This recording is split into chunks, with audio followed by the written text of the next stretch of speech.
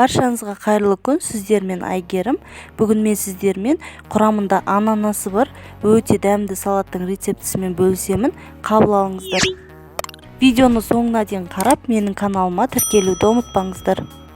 Бұл салатты жасау үшін бізге тауық еті қажет, қалбырдағы ананастың 4-5 данасы қажет, ірімшік қажет, 3 жұмыртқа қажет, 1 тал сарымсақ қажет, және де әсемдеуге осындай грек жаңғақтары менен майонез қажет. Ең алдымен суға піскен тауық етін турап дайындап аламыз. Егерде тауықтың еті үлкендеу болса, біреу жетеді. Менде мұнда кішілеу болғандықтан мен 1,5 тауықтың етін тураймын.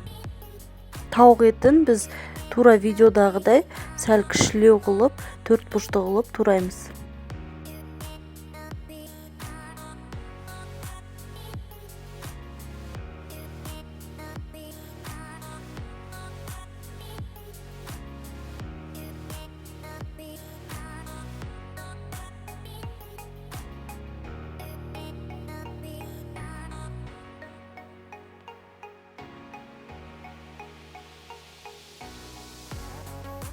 Ендігі кезекте біз қалбырдағы ананастарымызды тураймыз. Ананасты да тура жаңағы тауықтың еті сияқты 4 бұрышты қылып ұсақтау қылып тураймыз.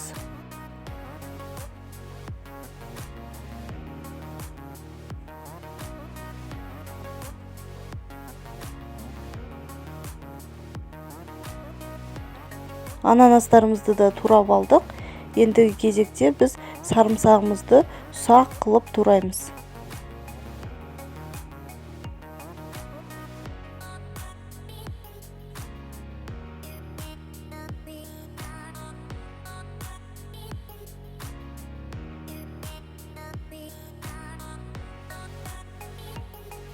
Тура видеодағыдай ұсақ қылып турап аламыз.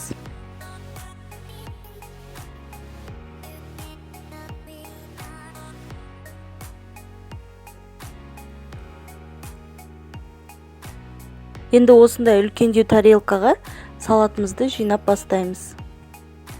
Тарелкамыздың ең астына осылай аздап майонез жағып аламыз. Майонездің бетіне жаңағы туралған тауық етін саламыз. Қолымызбен барлық жеріне жайып аламыз да бетіне аздап майонез жағамыз. Одан кейін жаңағы ұсақтап туралған сарымсағымызды салып шығамыз.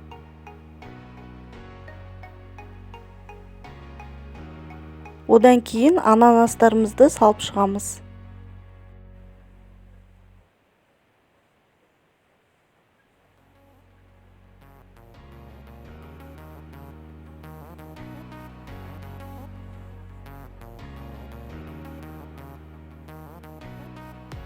Ананастың бетіне тағы да аздап майонез жағамыз.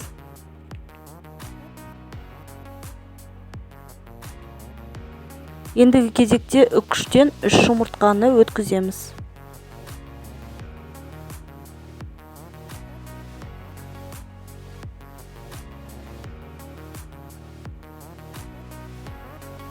Енді қолымызбен осылай барлық жеріне жайып аламыз.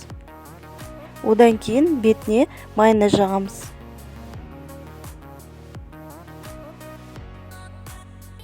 Ендігі кезекте ірімшікті үкіштен өткіземіз.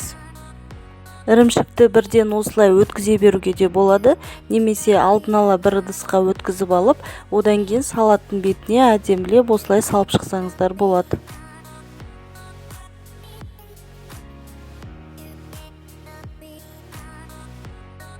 Біздің салатымыз дайын болып қалды. Енді ең соңында осылай әдемілеп шықсаңыздар болады. Немесе көк шөптермен де әдемілеп шығуға болады.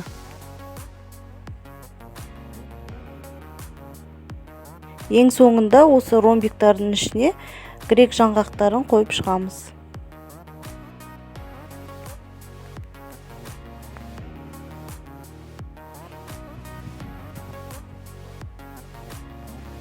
Біздің ананас салатымыз дайын болды.